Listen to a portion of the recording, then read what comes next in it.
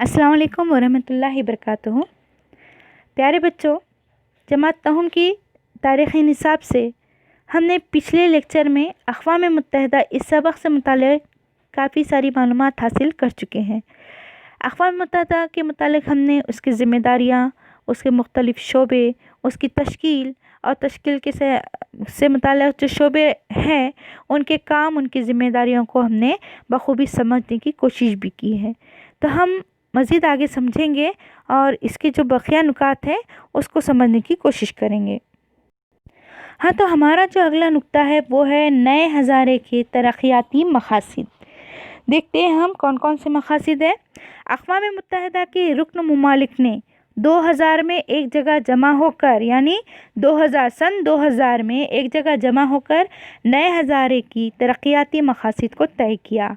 इन मक़ासिद में से चंद हस्ब ज़ैल हैं, जिनमें से हम देखते हैं गरीबी और भुखमरी का ख़ात्मा।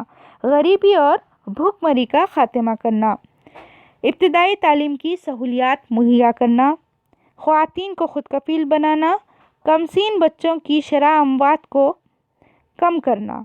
कमसीन जो बिल्कुल बहुत छोटे से बच्चे हैं, ऐसे बच्चों की शरह अमवात यानी मौत की शरह को कम करना। हामिला ख़वातीन की सेहत और तंदुरुस्ती का ख़ुसूसी ख़याल रखना। एड्स, मलेरिया जैसे अमराज का मुकाबला करना। माहौलियात का तहफ़्फ़ुज़ और तरक्की याफ्ता और तरक्की पज़ीर ममालिक में ताउन को फ़रोग़ देना, बाहमी ताउन को फ़रोग़ देना इसी के मक़ासिद हैं और इनके लिए एक मुद्दत भी तय की गई है। यूनिसेफ और यूनेस्को की मदद से भारत ने इन मक़ासिद के हुसूल में काबिल ज़िक्र कामयाबी हासिल की है। हम मज़ीद अब आगे देखते हैं अक़वाम मुत्तहिदा और तहफ़्फ़ुज़ अमन के बारे में। अक़वाम मुत्तहिदा तहफ़्फ़ुज़ अमन, बैनुल अक़वामी तनाज़ात को पुरअमन तरीक़े से हल करना अक़वाम मुत्तहिदा के ख़ास मक़ासिद में से एक है। जो भी बैनुल अक़वामी सतह पर मसला होता है उसको पुरअमन तरीक़े से हल करना यहाँ पर अक़वाम मुत्तहिदा का ख़ास मकसद है। क्योंकि अक़वाम मुत्तहिदा का जो आइन बनाया गया था, जो मंशूर बनाया गया था, उसमें ये बात ख़ास तौर पर शामिल की गई थी कि अगर कोई भी मसला होता है किसी भी मुल्क के साथ जो कि अक़वाम मुत्तहिदा इस तंज़ीम के रुकन ममालिक हैं, उनमें से किसी के साथ भी अगर कोई मामला पेश आता है, कोई मसला होता है, तो ऐसे वक्त में इस मसले को या तनाज़े को हल करने के लिए यहाँ गुफ्त शनीद के ज़रिए मामला हल किया जाएगा।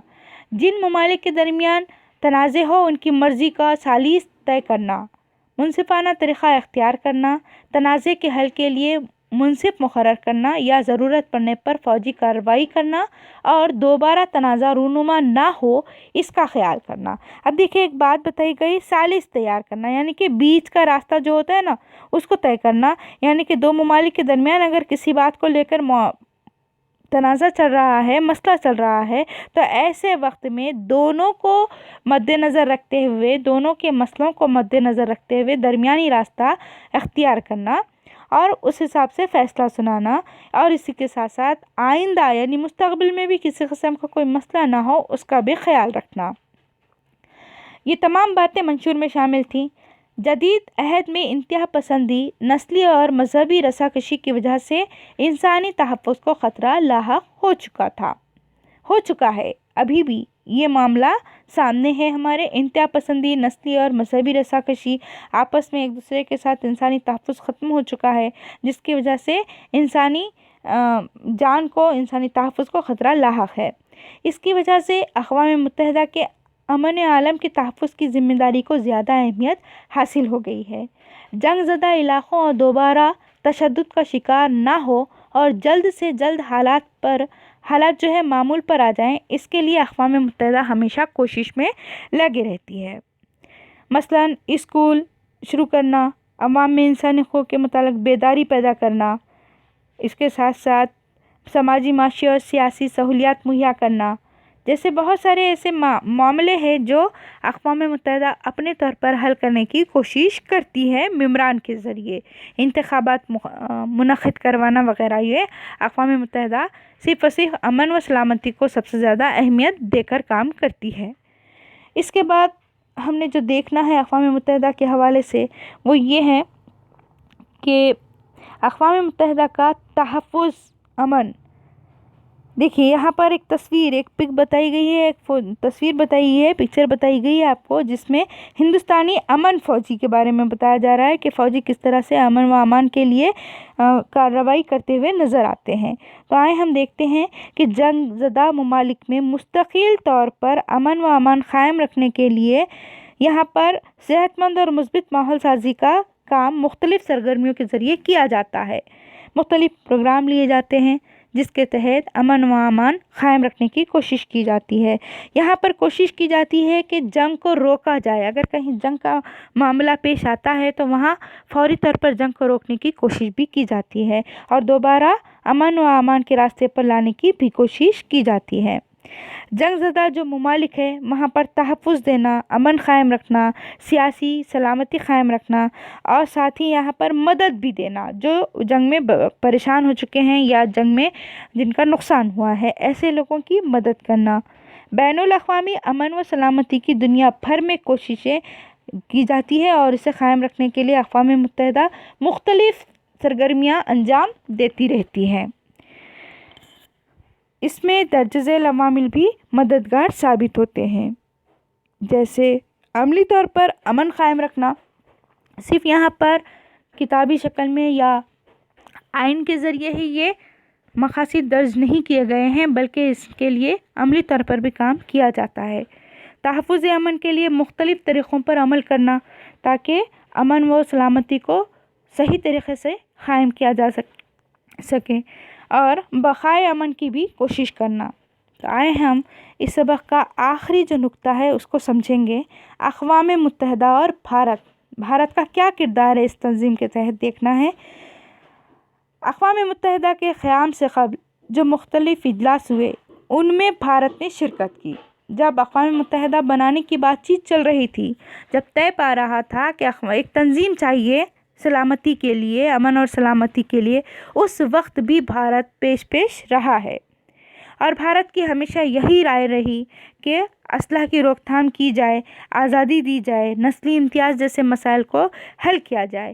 ایسی ہی باتوں کے لیے بھارت بھی پیش رہا ہے۔ اقوام متحدہ کے سامنے اس نے ہمیشہ اپنی رائے دی ہے، نوآبادیات کی آزادی کو لے کر، ترک اسلحہ کو لے کر اور نسلی فرق کو ختم کرنے کے لیے۔ 1946 میں نسلی منافرت کا مسئلہ پیش کرنے والا پہلا ملک جو تھا وہ بھارت تھا۔ بھارت اپنی پہچان خود بنائے رکھتا ہے۔ بھارت نے سب سے پہلے اس طرف توجہ دلائی تھی کہ دنیا کے کسی بھی ملک میں اگر نسلی بھید بھاؤ ہوتا ہے، امتیاز بڑھتا جاتا ہے تو وہ ملک ترقی نہیں کر سکتا، وہاں کے لوگ پرسکون حالت میں نہیں رہ سکتے، وہاں یا اس ملک میں، ان ممالک میں امن و سلامتی کو خطرہ لاحق ہو سکتا ہے۔ اس طرف توجہ دلانے والا پہلا ملک بھارت مانا جاتا ہے۔ یہ 1946 کی بات ہے۔ ترقی پذیر ممالک کے مسائل کو حل کرنے کے لیے بھارت ہمیشہ پیش رہا۔ اقوام متحدہ کے امن افواج میں بھارت نے ہمیشہ اپنے فوجی جوان روانہ کیے ہیں۔ اقوام متحدہ کو جہاں کہیں امن اور سلامتی کے لیے فوجیوں کی ضرورت پیش آئی ہے، بھارت نے کھلے دل کے ساتھ اپنے فوجیوں کو ہمیشہ ایسے معاملے میں مدد کرنے کے لیے اپنے فوجی بھیجے ہیں۔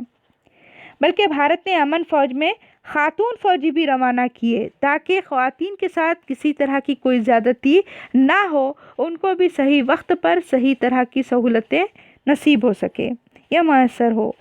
بین الاقوامی مسائل پرامن طریقے سے حل کرنے کے لیے بھارت ہمیشہ کوشاں رہتا ہے، ہمیشہ کوشش میں لگا رہتا ہے۔ تو عزیز طلبہ و طالبات، آپ کو بھی اس سبق کے ذریعے بہت ساری ایسی باتیں سمجھ میں آ گئی ہوگی جس کے ذریعے، جس کو عمل میں لا کر، جس کو سمجھ کر ہم اپنے ملک کے لیے ترقی کا باعث بن سکتے ہیں۔ اپنے ملک کی ترقی کے لیے ہمارے حوصلوں کا بلند ہونا، ہمارے اندر کام کی صفت پیدا ہونا اور ایمانداری سے کام کرنے کی صفت پیدا ہونا ضروری ہے۔ حوصلے اور ایمانداری کی سب سے زیادہ ضرورت ہے، تبھی ہم اپنے ملک کو ہمیشہ اس دنیا عالم میں مضبوط اور پائیدار بنا کر رکھ سکتے ہیں۔ امید کرتی ہوں کہ آپ کو اقوام متحدہ جیسے سبق کے ذریعے بہت ساری چیزیں سیکھنے کو ملی ہوگی، سمجھنے کو ملی ہوگی اور آپ نے اپنے اندر بھی ایک مثبت جوش اور ہمت پیدا کر لی ہوگی انشاءاللہ۔ پھر ہم اگلے لیکچر میں ملاقات کرتے ہیں، تب تک کے لیے آپ سبق کو سمجھیے، پڑھیے اور اپنے طور پر اسے مزید حل کرنے کی یا اس کی سرگرمیاں حل کرنے کی کوشش کیجیے۔ تب تک اللہ حافظ۔